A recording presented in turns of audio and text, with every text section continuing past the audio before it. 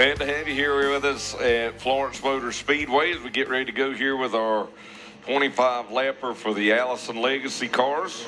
Kyle Seiler on the pole and car number 44 alongside the 5 of Weston Freeman. Row 2 to be the 2 of Curtis Lanier and the 33 of Brian Miller. Row 3, the 01 of Bobby Mayers and the 23 of Eric Miller. Row 4 to be the 02 of Colton Clark and the 28 of Caleb Harris. Row 5, the 83 of Bryson McGee and the 10 of Andrew Gibson. Rounding out the field, it'll be the 4 of Zach Harris as we get ready to go green for 25 laps.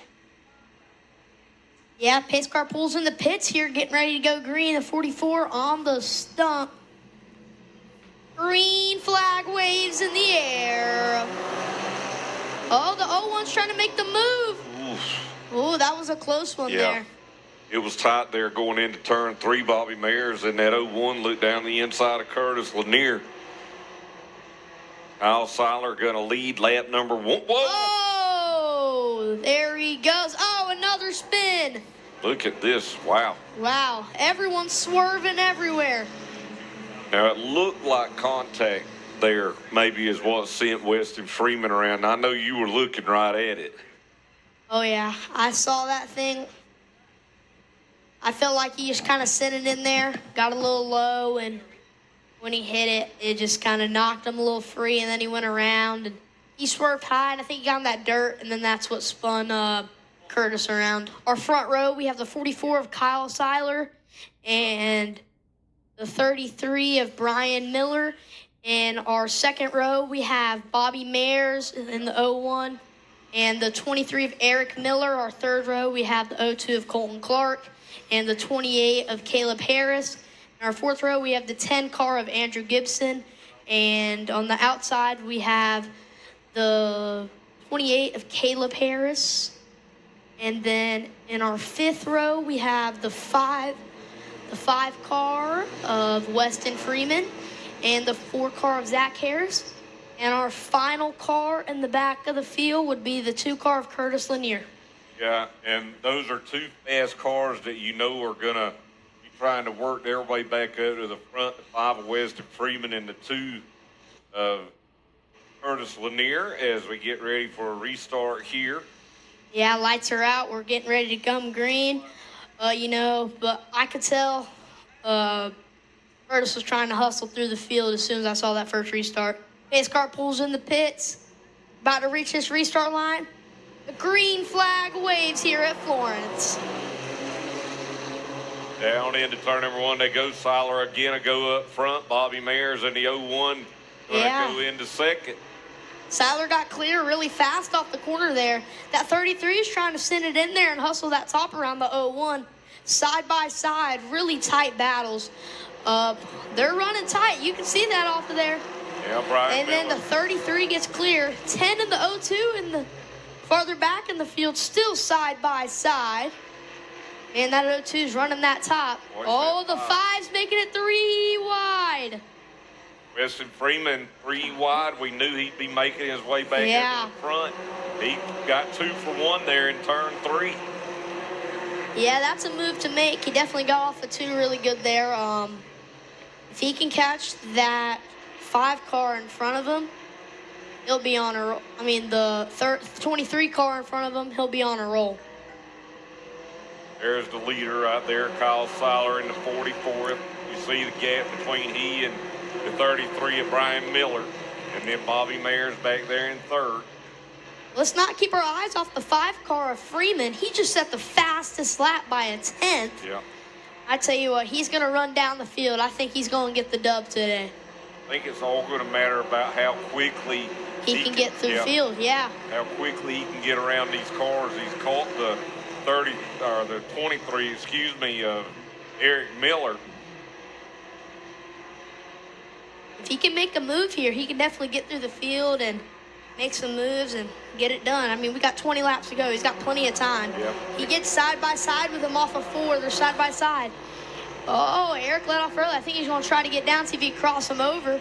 That was perfect. He minimized the amount of time he was behind that car. Yeah, definitely. Got that run from the center to corner off and was able to get around Eric Miller's. There you see the gap from the leaders back to Freeman in that white number 5. Yeah, you know, one thing I've seen of that 44 car, he'll roll the top lane into 3 and 4. He just carries so much more roll speed. I mean, just watch him go into 3 and 4. Well, he's going to have to keep an eye on Brian Miller here in this 33 because he's closed the gap a little bit. Yeah, you know, if you can get a good arc into 3 and 4 and get it pointed off, he'll definitely fire off and have a good run. But no, the 44 is running the top all the way around here, and I think that's showing a lot of speed. But we can't forget, again, about Weston Freeman. He's already ran down the 01 car, passing for P3. He's rolling that middle lane just like that 44 car.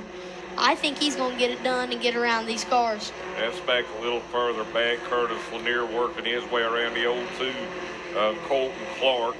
There you see the leaders. They've got about a half straightaway over this battle for third, developing between Bobby Mayers and Weston Freeman. Yeah, as you see behind them, the 5 of Weston Freeman and Bobby Mayers are getting tight, about to start passing. And I think where Freeman is now, again, he's going to want to be able to time it just right to get up on that 01 and then hit it right here. But the 01 got off the corner a little bit better than what we saw Eric Miller do a little bit earlier. But Freeman's there, but, you know, 10 laps completed. He's got to do something.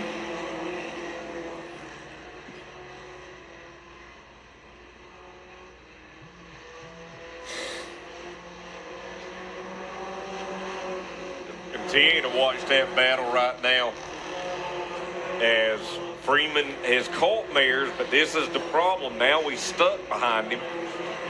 Yeah, he can't seem to get the run as he was earlier. I think he's going to try to get on the bottom there because I think that 01's rolling that middle lane too. If he can get underneath him, we got a little bobble off of 4 there. Yeah. If he can get underneath him here and make the move and get the pass right there, he's going to push up a little bit, that low entry. No, they're side by side coming off of 2. See him swerve down a little bit down the back straightaway, gets into 3 and 4.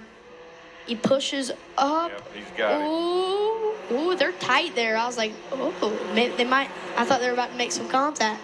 Well, 12 laps to go, and right now Freeman back up third. He's 2.7 seconds behind the leader, Kyle Seiler. We'll see if he can close the gap there on Seiler. Check. And Brian Miller.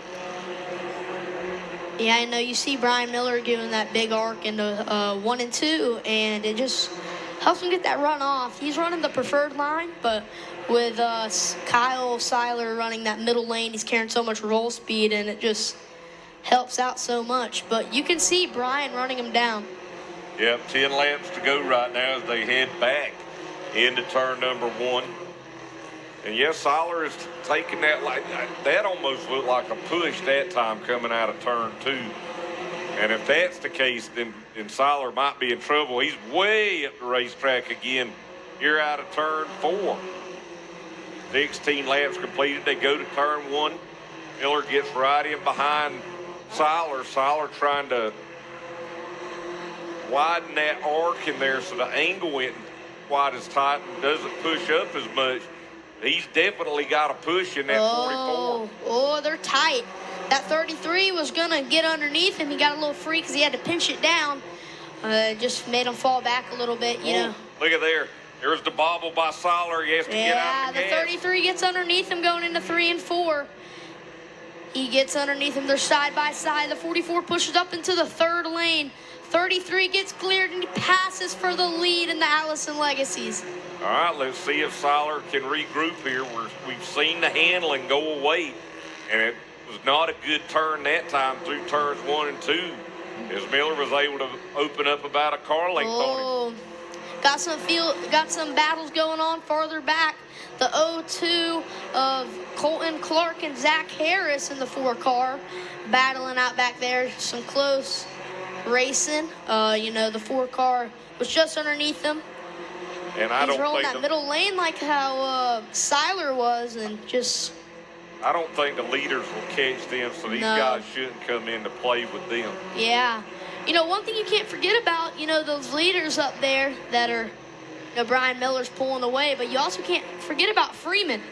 I mean, he had they had a straightaway on him, and he's already been sucking them down big time. Yeah, he's closed a ton of ground on him here in just the last couple of laps. Yeah, but I mean, the Seiler, that roll speed in that middle lane just hasn't been helping him out here. When Miller started getting it more pointed, I feel like he could fire off. I'll tell you, 44 got a little bit of grass. I didn't think the leaders would catch the 02 and the 4, but it's going to be close. But they're right there with them right now. If some lap traffic happened, this will be an interesting final laps of the race. And they're side by side right in front of the leaders now. It looks like they've cleared out single file, but now they're in front of the leader, Brian Miller, going back to turn 3. He's going to have to get out. He's going to have to get out there and make some moves. I thought he was about to thread the needle in the middle. Making passes. Oh, that's tight racing. Run through that middle lane. Maybe this will help Easton. Whoa, look at Seiler. Oh, 44 in the grass. He just got in the grass last corner. Whoa, he's going to spin. Oh, he spins it. Oh, he goes around. No contact with the wall. The 44 saves it, but the 5 car goes around. I'm not so sure. There might not be some oil or grease out there on the racetrack. When he got in the dirt, it got his tires dirty and he got loose out there. That's what caused it. It could have, but the only thing is I saw a little bit of smoke out of the 44. It makes me wonder if it cut a tire or if it did something underneath the car. But the way Freeman spun, it almost looked like he got into some fluid. Well, we'll let the legacy cars run through that speedy dry here. Now, we were talking a little bit about it with the bandoleros and stuff and tire temperature and all that stuff not making that big a difference. But when you've had a red flag this long, this is huge as far as the tires cooling off. Yeah, because these cars actually have some type of horsepower that will spin off the corner. They're not going to have a lot of time to do it because we'll get a green-white checker to finish us off here in this 25-lapper.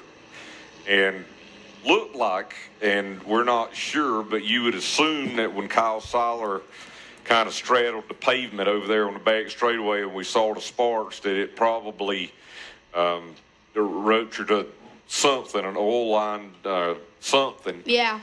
That ended up putting that oil all over the racetrack. Yeah, for sure. Sometimes it can be like that. Some things can happen. Some days it won't be your day. But we're coming to 2 to green here at Florence. I mean, we're about to get going here. And we're about to have some bad, fast Allison Legacy cars getting around here. And with a green-white checkered. Hopefully we'll have a good battle for the first spot. So Brian Miller's the leader in the 33. He'll start inside of 01. Alongside will be Weston Freeman, who was running Miller and Kyle Seiler down back in row 2 to be the 01 of Bobby Mayers. And the 23 of Eric Miller. And then Andrew Gibson in the 10 car will be 5th as we'll get 1 to green this time.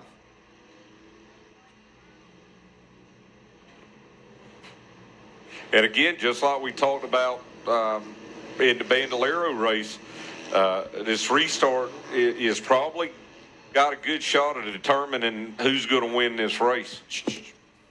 Yeah, we can't forget about that 01 car, though. If he's on the bottom there, he can get a 2-for-1 special, give him a little bumper going into 1, move him up. Because if he gets that 33 up, he'll give that 5-car little door, and he'll get underneath, and he'll be gone. They'll be in that top lane, all the dirt. I mean, I think that that 33 car is going to be on a roll, though.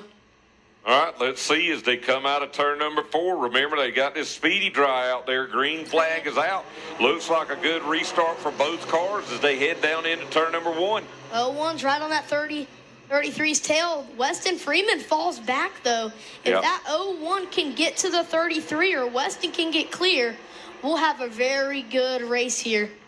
See, but this is the thing. Mayers has done exactly what you said. Oh, give a little right rear off the corner. The white flag waves.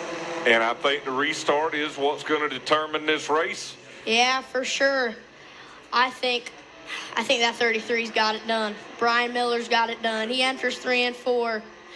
Clear out back, clear all around. He comes off a 4, coming to the checkered flag. Brian Miller gets it done. But this race is over as they cross the finish line, and Brian Miller took the win. Bobby Mayers in second, Weston Freeman third, Curtis Lanier in fourth, and Eric Miller in fifth. And Bobby Mayers in the 01 filled that hole. Freeman couldn't get down, and that was enough for Brian Miller to pull away and get the win. Down to you, Bryson. All right, your third place finisher, we got Weston Freeman. Weston, you drove an incredible race. From the back to the front, what an endurance this was. Red flag, the caution, really nothing to be disappointed about. You had a fast car, arguably one of the fastest cars, but just couldn't get it in the end. What else did you need right there? Just a little bit more laps. I think that red flag kind of set us back because we started on the outside. If we didn't have that, we also placed third. You know, if the oil didn't spill in my restart, maybe we could have got it done. I'm not sure. But we wrecked earlier in practice. A whole bunch of guys just came over here, helped fix my car. We unloaded really loose. The car wasn't in the track and it wasn't really fast. Qualified P2, car still wasn't really in the track. We stuck some new tires on there, started hooking up. Got ran into on the start, but we brought it back, got up to the front. This is our second time going from last to the front at Florence. It's a really fun track and I had a good time. Well, you bring a fast car, had a lot of speed, just couldn't get it tonight, but I believe you will find victory lane pretty soon. Let's hear it for Weston Freeman. Let's hear it from his sponsors. Who would you like to thank for this run tonight? I want to thank Elite Racing Fab. I also want to thank CCI and my parents for just working countless hours at the shop, just making this thing a rocket ship, help me win races. Thanks, Weston. Let's give it back up to Alan and Killicam Truitt in the booth.